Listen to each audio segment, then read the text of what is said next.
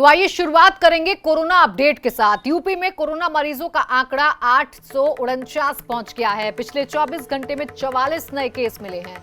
82 मरीजों को अस्पताल से डिस्चार्ज किया जा चुका है। यूपी में कोरोना से अब तक 14 लोगों की मौत हो चुकी है।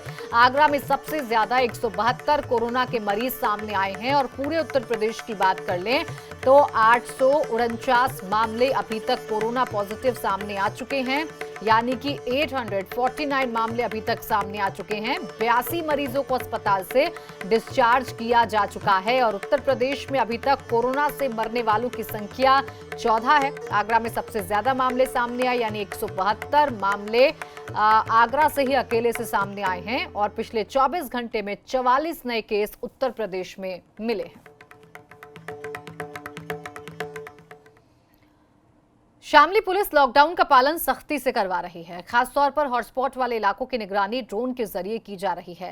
हॉटस्पॉट इलाकों में किसी भी दिशा में मूवमेंट बिल्कुल बंद कर दिया गया है। संक्रमित स्थानों पर फायर ब्रिगेड की गाड़ी से सैनिटाइज की प्रक्रिया शुरू कर दी गई है। मोहल्लों में आवाजाही पर रोक लगा दी गई है।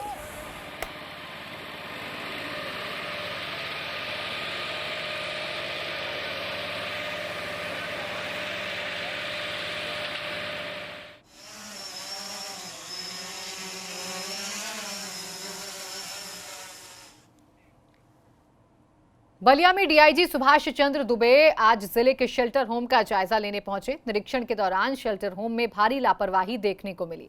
डीआईजी जिस शेल्टर होम का निरीक्षण कर रहे थे वहीं से 8 लोग गायब मिले, जबकि 2 दिन पहले ही डीआईजी ने देर रात निराश्रित लोगों को इसी शेल्टर होम पर भेजा था ताकि उनका हेल्थ चेकअप कर उन्हें क्वारंटीन किया जा सके। भड़के डीआईजी ने एसपी देहात को उन लोगों को ढूंढकर वापस लाने के लिए कहा। HIV भी है। कहाँ मन लगता है? रेलवे स्टेशन पे। यूपी के बेसिक शिक्षा मंत्री सतीश द्विवेदी का एक वीडियो सोशल मीडिया पर इन दिनों खूब वायरल हो रहा है। वीडियो में मंत्री जी अपने बेटे के बाल काट रहे हैं। फेसबुक पर डाली पोस्ट में मंत्री ने कैप्शन में लिखा है, पिताजी की 24 इंच की हरक्यूलिस साइकिल से कैंची चलाना सीखने के बाद जितनी खुशी मिली थी उतनी ही आज अपने सुपुत्र के बाल काटने से हुई। कन्नू तुमको कैसा लग रहा है?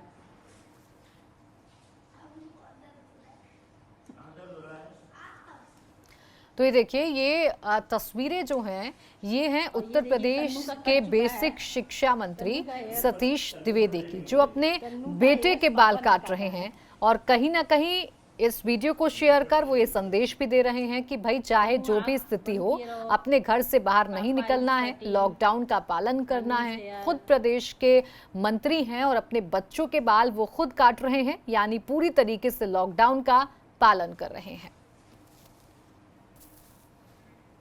कन्नू तुमको कैसा लग रहा है? लखनऊ में यूपी सरकार के मंत्री अब सड़कों पर खुद सैनिटाइजेशन के लिए उतर आए हैं। जानकीपुरम इलाके में खुद नगर विकास मंत्री सुरेश खन्ना सड़कों पर सैनिटाइजेशन करते नजर आए। वहीं नगर निगम की जानकीपुरम स्थित लक्ष्मण गौशाला का भी निरीक्षण किया। तो देखिए, तस्वीरें हम आपको दिखा रही हैं, तस्वीरें हैं लखनऊ से।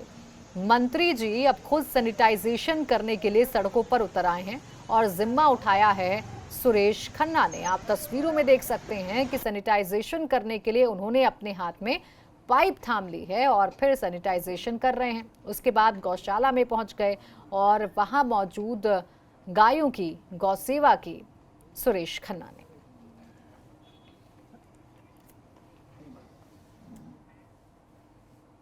इधर भदोही में मरकज गेस्ट हाउस से पकड़े गए तबलीगी जमात के 11 बांग्लादेशी सहित 14 जमातियों का क्वारंटीन पूरा होने के बाद उन्हें अस्पताल से अस्थायी जेल भेजा गया। प्रशासन ने सैनिक बोर्ड के अतिथि गृह में अस्थायी जेल बनाया है जहां इन्हें रखा गया है। जमातियों को कोर्ट में पेश किया गया था जहां से उन्हें अस्थायी जेल भेजा गया।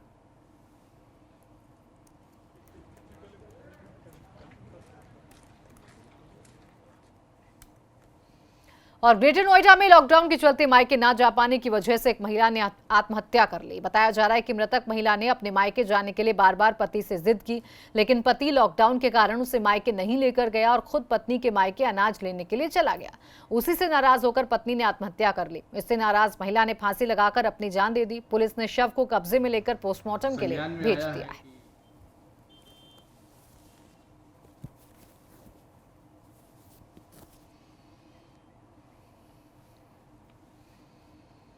यूपी में कोरोना के कर्म योद्धाओं पर हमले रुकने का नाम नहीं ले रहे हैं। मुरादाबाद में पुलिस कर्मियों पर पथराव के बाद बरेली में फतेहपुर इलाके में सर्वे करने गई एक नर्स पर कुछ लोगों ने हमला कर दिया। दरअसल महिला फरीदपुर इलाके में बाहर से आए लोगों की जांच करने गई थी। वहीं किसी को बुखार या जुकाम तो नहीं है, लेकिन सर्वे के दौरान कुछ लोगों ने नर्स को घेर लिया और नर्स मधु चंद्रा से आई कार्ड दिखाने को कहा। इसी दौरान लोगों ने न केवल नर्स का मोबाइल रजिस्टर छीना, बल्कि नर्स से बदसलूकी भी की। नर्स ने किसी तरह वहां से भागकर अपनी जान बचाई। बताने के बाद फिर जैसे तैसे मैंने अपना मोबाइल रजिस्टर दिया और भाग गई, बस इतना। सरकार द्वारा एक जो बाहर से आए हुए ड्यूटी करके जो बाहर लोग नौकरी करते हैं या कोरोना के बारे में बताने आई थी, समझाने आई थी। स्वास्थ्य विभाग की तरफ से मैं आई थी कि आपके परिवार में कोई बाहर से सदस्य तो नहीं आया है।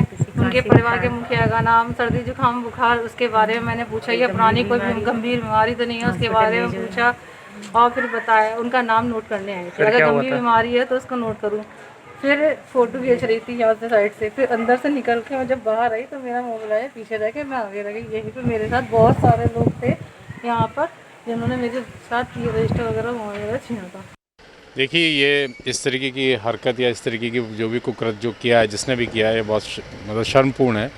अभी तो मैं वीडियो कॉन्फ्रेंसिंग से आया हूँ, ये मैटर मैं संज्ञान में ले रहा हूँ। वहाँ के जो चिकित्सा अधीक्षक डॉक्टर वासित अली हैं, उनसे मैं लगातार फ़ोन से संपर्क में हूँ और डिटेल ट्रेस करके जो भी संबंधित पुलिस अधिकारी हैं उनको बता दिया है, क्योंकि हम लोग तो जो भी नियमानुसार कार्य वही करेंगे। हमें कानून अपने हाथ में नहीं लेना और गवर्नमेंट स्वयं और हमारा प्रशासन स्वयं इस चीज़ के प्रति बहुत गंभीर है। तो मैंने अभी डॉक्टर वासित अली से यही कहा है कि आप इस पर पूरी गंभीरता से नज़र रखें, कौन थे क्या थे, और वो सारा पुलिस प्रशासन को बताएं, जिससे कि जो भी आरोपी है उसके विरुद्ध सख्त से सख्त कार्रवाई की जा सके। देखिए, लखनऊ में नगर निगम की तरफ से तैयार रैपिड रिस्पांस टीम अब हॉटस्पॉट के सैनिटाइजेशन का काम करेगी। पीपीई किट से लैस रैपिड रिस्पांस टीम को लखनऊ के कमिश्नर मुकेश मेश्राम और नगर आयुक्त ने रवाना किया। ये टीम जहां कभी भी हाइप्लोक्लोराइड से सैनिटाइजेशन की जरूरत पड़ेगी वहां की जाएगी। यहां तक कि जिन पतली गलियों में गाड़ियां नहीं जा सकती वहां भी ये टीम सैनिटाइजेशन का काम करेगी। तो ये देखिए, हम तस्वीरें भी आपको दिखा रहे हैं पीपीई किट से लैस। अब ये नगर निगम के कर्मचारी सैनिटाइजेशन कर रहे हैं पूरी गलियों का, खासकर उन गलियों का जहां पर वाहन नहीं जा सकते हैं, जहां पर गाड़ी नहीं जा सकती है। वहां पर अब ये लोग खुद जाकर सैनिटाइजेशन कर रहे हैं ताकि कोरोना वायरस को जड़ से मिटाया जा सके।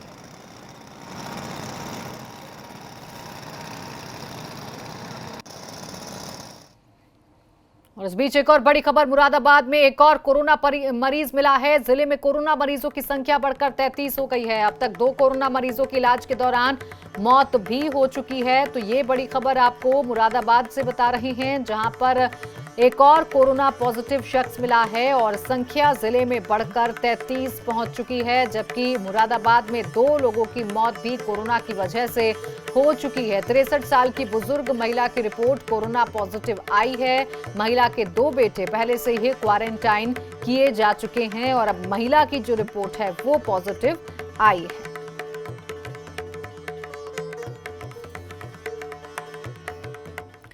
और लखनऊ में उप मुख्यमंत्री डॉक्टर दिनेश शर्मा ने योजना भवन में वीडियो कॉन्फ्रेंसिंग के जरिए विभिन्न विश्वविद्यालयों और महाविद्यालयों के शिक्षण कार्य परीक्षाओं के संबंध में एक समीक्षा बैठक की और सभी विश्वविद्यालयों को आवश्यक दिशा निर्देश दिए। बैठक में डिप्टी सीएम ने लॉकडाउन खत्म होने के बाद अधिकतम 15 दिनों में परीक्षाएं शुरू करने का निर्देश दिया और कहा कि सभी विश्वविद्यालय जून के अंत तक या जुलाई के पहले हफ्ते तक अपना रिजल्ट घोषित कर दें।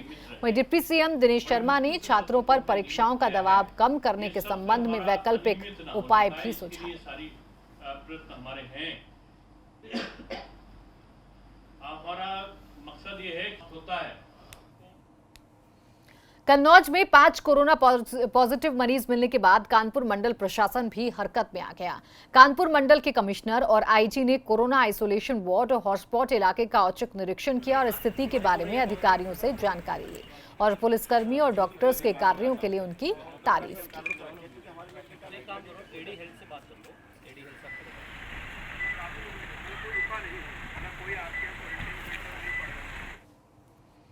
मुजफ्फरनगर के आनंदपुरी मोहल्ले में एक परिवार ने पैदा हुई बच्ची का नाम कोरोना कुमारी रखा है। परिवार का मानना है कि कोरोना वायरस एक महामारी के साथ साथ दैवीय प्रकोप है, इसलिए इस महामारी से छुटकारा पाने के लिए बेटी का नाम कोरोना कुमारी रखा गया है।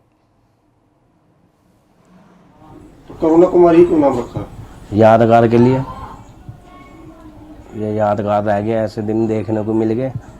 ये देवी का रूप है लड़की, तीसरी लड़की मेरी है। इससे की बीमारी दूर हो जाए, लोग बाग अपने घर में रहे, बीमारी खतरनाक है ये।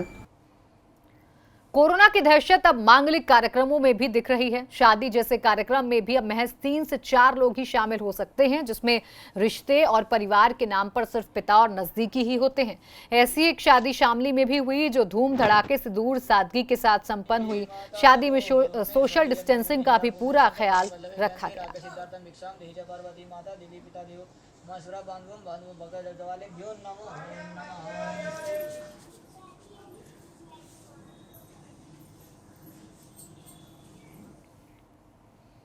एटीएम से निकलने वाले नोट अब सैनिटाइज करवाए जाएंगे। लखनऊ पुलिस ने आरबीआई और एसबीआई को नोट सैनिटाइज करने के लिए लिखित प्रस्ताव भेजा है। JCB law and order Naveen Arora ने आरबीआई को नोटों को सैनिटाइज करने के लिए कहा। इस बारे में जेसीपी नवीन अरोड़ा से हमारे सहयोगी संतोष कुमार ने खास बातचीत की है। राजधानी लखनऊ के तमाम शहरों में ऐसी बातें आ रही हैं कि गलियों में नोट मिल रहे हैं। अफवाह है यह सच्चाई, इसके लिए पुलिस जांच कर रही है उन नोटों के लिए। लेकिन असल में इन नोटों की सच्चाई के चलते लोगों में किस तरीके की अफरा तफरी मच जाती है, इस पर बात करने के लिए हमारे साथ लखनऊ के joint CP law and order Naveen Arora ji हैं। उनसे बात करेंगे। सर, ये किस तरीके से घटनाएं हो रही हैं, कैसी सूचनाएं मिल रही हैं अभी फिलहाल में? देखिए, बीच में 1-2 वीडियो ऐसे वायरल हुए थे जिसमें नोटों पे थूक लगाता हुआ किसी का वीडियो था, और फिर 1-2 जगह ऐसी घटनाएं हुई जहां पे सिंगल नोट सड़क पे पड़े हुए मिले। तो लोगों के मन में एक अज्ञात सा भय आया कि इन नोटों को उठाया जाए या ना उठाया जाए, इसमें क्या किसी की थूक लगी हो सकती है या लार लगी हो सकती है। तो इन चीज़ों में पहला तो हम लोगों ने यही गाइडलाइंस जारी की हैं कि ऐसे किसी नोट को आपको अनावश्यक उठाने की ज़रूरत नहीं है। वैसे भी वो नोट अगर आपके नहीं है तो थोड़ी इंटीग्रिटी का परिचय देने की भी ज़रूरत है कि आपसे रिलेटेड नहीं है, छोड़ दीजिए और पुलिस को इन्फॉर्म करिए। पुलिस अपना उसको प्रॉपर प्रोटेक्शन लेते हुए उसको सील करेगी और उसको फॉरेंसिक जांच के लिए भेजेगी। यदि उसके बाद किसी तरह की कोई जानकारी सामने आती है तो फिर उससे सीसीटीवी फुटेजेस देखे जा सकते हैं। यदि उसमें कोई ऐसे पॉजिटिव या संक्रमित चीज़ें पाई जाएंगी फिर हम उसको एफआईआर लिख के बैक ट्रैक कर सकते हैं।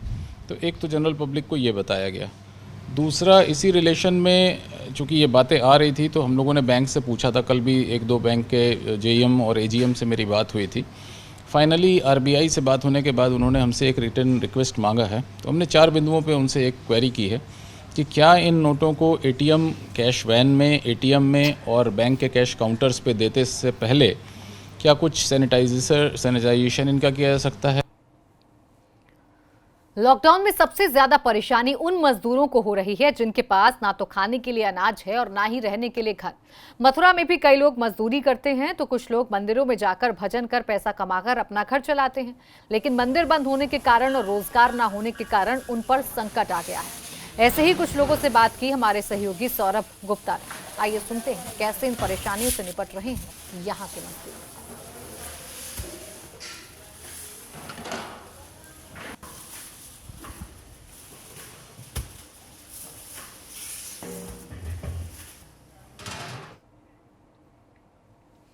वहीं गाजियाबाद की बात कर लें तो सिविल डिफेंस के साथ साथ गाजियाबाद प्रशासन और पुलिस ने मिलकर फूड डिलीवरी फोर्स का गठन किया है, जिसके तहत 24 अलग अलग टीमें बनाई गई हैं। ये टीमें कंट्रोल रूम पर आने वाली कॉल और 112 नंबर पर आने वाली कॉल को अटेंड करने के बाद संबंधित जगह पर खाना और राशन पहुंचाने का काम करेंगे। इन 24 टीमों में 2 व्हीलर और 4 व्हीलर दोनों ही शामिल हैं। शुरुआती दौर में इस टीम का गठन शहर और ट्रांस हिंडन एरिया इलाके के लिए किया गया है। सरकार का और जिला प्रशासन का, पुलिस का और सिविल डिफेंस का एक कंबाइंड वो है कि हम इसको door to door home delivery बहुत जल्द ही सुनिश्चित करा सकें। इसलिए चाहे मीडिया के माध्यम से, चाहे मेरे कंट्रोल रूम के माध्यम से, 112 के माध्यम से, या जो अलग अलग हमारी संस्थाएं हैं और अलग अलग सम्मानित लोग हैं जो भी हमको बताते हैं, उनका परीक्षण करके उनको होम डिलीवरी इमीडिएट सुनिश्चित कराने के लिए 24 टीमों का भी फर्स्ट राउंड में गठन किया गया है, जिसमें 15 दिन का ड्राई फूड है और शेष डे बाई डे के पैकेट्स भी हैं। और अंबेडकर नगर में जिला अस्पताल में क्वारंटीन किए गए लोगों के साथ लापरवाही किए जाने का मामला सामने आया है। एक सप्ताह पहले मुंबई से आए लगभग 2 दर्जन लोगों को जिला अस्पताल में क्वारंटीन किया गया है। क्वारंटीन किए गए लोगों ने व्यवस्था न मिलने पर आज हंगामा कर दिया। क्वारंटाइन किए गए लोगों का कहना है कि अभी तक किसी भी प्रकार की जांच नहीं हुई है और न ही समय से भोजन मिल रहा है। सूचना पर पुलिस बल के साथ पहुंचे अपर पुलिस अधीक्षक ने मामले को शांत कराया। एएसपी के मुताबिक संख्या एकाएक ज्यादा आ जाने की वजह से कुछ समस्या आ गई थी, लेकिन जल्द ही सब ठीक कर लिया जाएगा।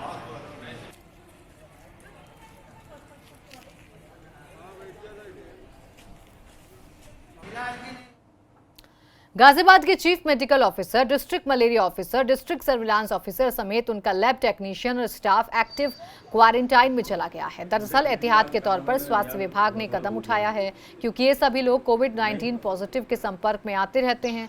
इसके अलावा जहां कोविड-19 पॉजिटिव मरीज रहता है, उस एरिया को सैनिटाइज भी कराने जाते हैं और लोगों की सैंपलिंग भी करते हैं। ऐसे में मेडिकल स्टाफ क्वारंटाइन सेंटर में कुछ दिन रहेगा।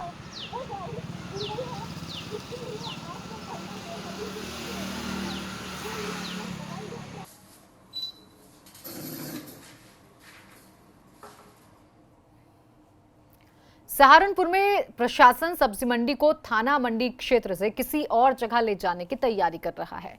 दरअसल यहां अक्सर लॉकडाउन और धारा 144 का उल्लंघन के मामले सामने आ रहे थे और हजारों लोग बिना मास्क के यहां पर सब्जियां खरीदने और बेचने का काम कर रहे थे।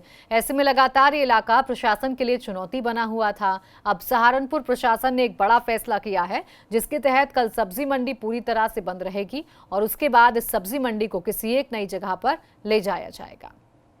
बात कोरोना के कर्म योद्धाओं की। संगम नगरी प्रयागराज की मेयर अभिलाषा गुप्ता नंदी ने आज नगर निगम से जुड़े सफाई कर्मचारियों पर फूलों की बारिश कर अनूठे अंदाज में उनका अभिनंदन किया।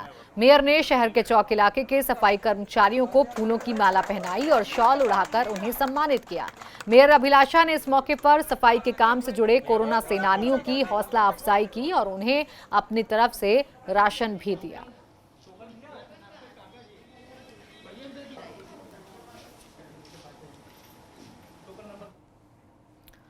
हाथरस के हसायन में मुस्लिम समाज के लोगों ने कोरोना संक्रमण की रोकथाम के लिए हुए संपूर्ण लॉकडाउन में अपनी ड्यूटी को अंजाम दे रहे पुलिसकर्मियों के स्वागत में तालियां बजाईं और उन पर पुष्प वर्षा की।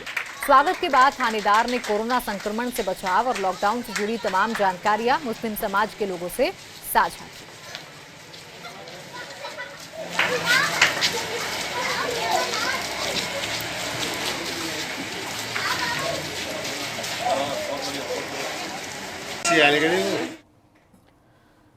और चलिए अब खबरें उत्तराखंड से भी जान लेते हैं। लॉकडाउन के दौरान अब जंगली जानवर जंगलों से बाहर आकर टहलते नजर आ रहे हैं। नैनीताल में एक गुलदार सड़क पर टहलता नजर आया और ये वीडियो कालाढूंगी रोड का बताया जा रहा है। इन तस्वीरों में भी आप देख सकते हैं कि अब जो वन्य जीव हैं, जैसे ही उनको सड़क खाली मिल रही है क्योंकि लॉकडाउन की वजह से इंसान अपने घरों में कैद हो गए हैं, तो वहीं जंगली जानवर अब बेफिक्र होकर घूमते हुए नजर आ रहे हैं। ये वीडियो किसी जंगल का नहीं बल्कि रोड का बताया जा रहा है और ये आप साफ तौर पर गुलदार को देख सकते हैं।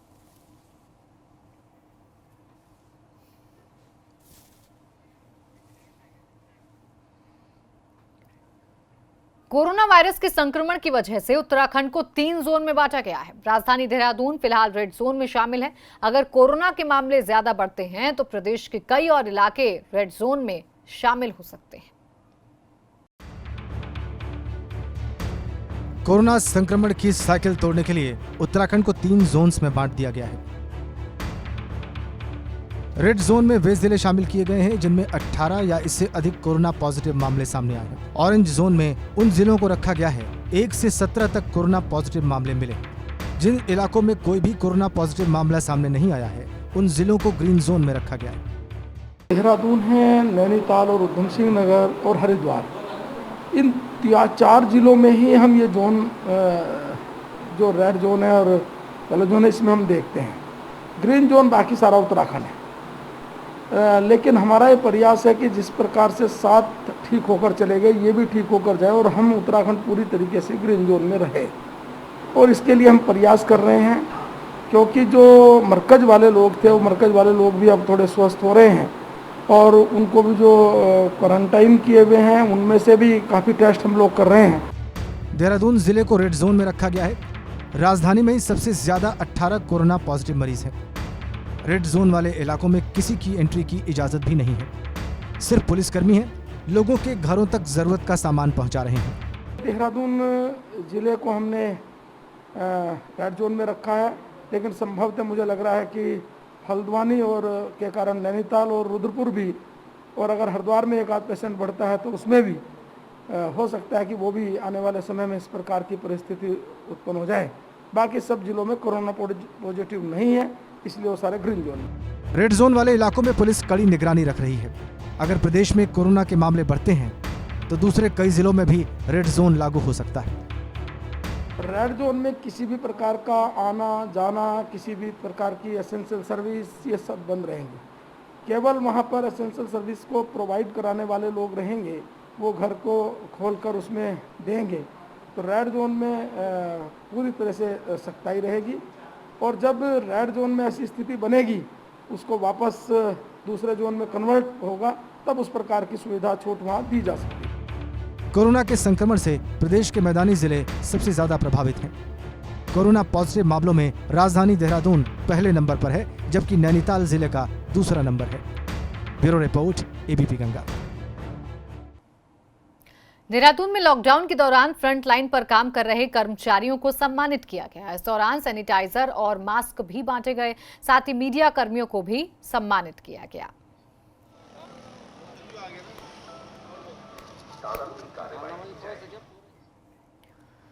उधर प्रशासन की टीम ने जोशीमठ में बद्रीनाथ धाम का दौरा किया। अभी भी बद्री धाम में काफी बर्फ जमी हुई है, लेकिन प्रशासन का कहना है कि समय रहते सभी तैयारियां पूरी कर ली जाएंगी। लेकिन इस बार लॉकडाउन की वजह से चारधाम यात्रा शुरू नहीं हो पाएगी, सिर्फ मंदिरों के कपाट खुलेंगे।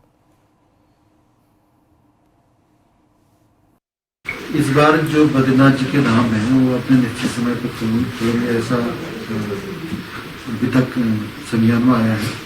और जो प्रशासन की ओर से जो भी कार्रवाई की जाती हैं उसके संबंध में मेरे द्वारा वहाँ पर निरीक्षण किया गया है, और हम लगभग तैयारी हमारी पूरी की जा चुकी है, और अभी हमारे पास 10 दिन बाकी हैं।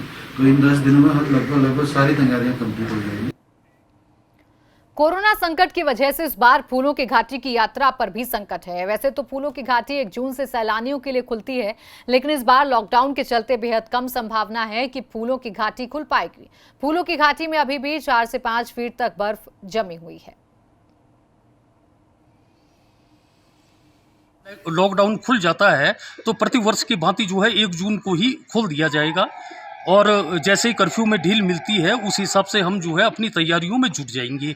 अभी जो हमारा स्टाफ क्षेत्र में गश्त कर रहा है वो सोशल डिस्टेंसिंग का पूरा पालन करते हुए, एक उचित दूरी बनाते हुए वो संवेदनशील क्षेत्रों में सेंसिटिव एरियाज में निरंतर गश्त कर रहा है।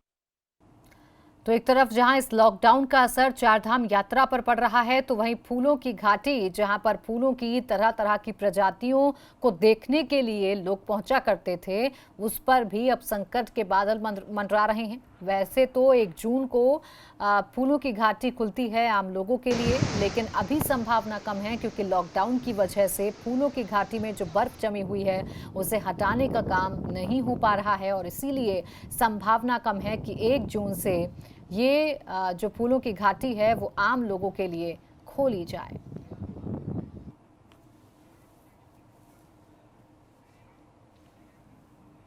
और इस वक्त बड़ी खबर कोरोना से जुड़ी हुई मिल रही है फिरोजाबाद से, जहां 11 पॉजिटिव मामले सामने आए हैं। 11 नए मरीज फिरोजाबाद से कोरोना पॉजिटिव मिले हैं। तो ये बड़ी खबर आपको बता दें, कैसी खबर, जिसके बाद फिरोजाबाद जिले में हड़कंप मच गया है, क्योंकि एक साथ 11 नए मरीज सामने आए हैं, और इसी के साथ फिरोजाबाद में कोरोना मरीजों की संख्या बढ़कर 37 हो गई है।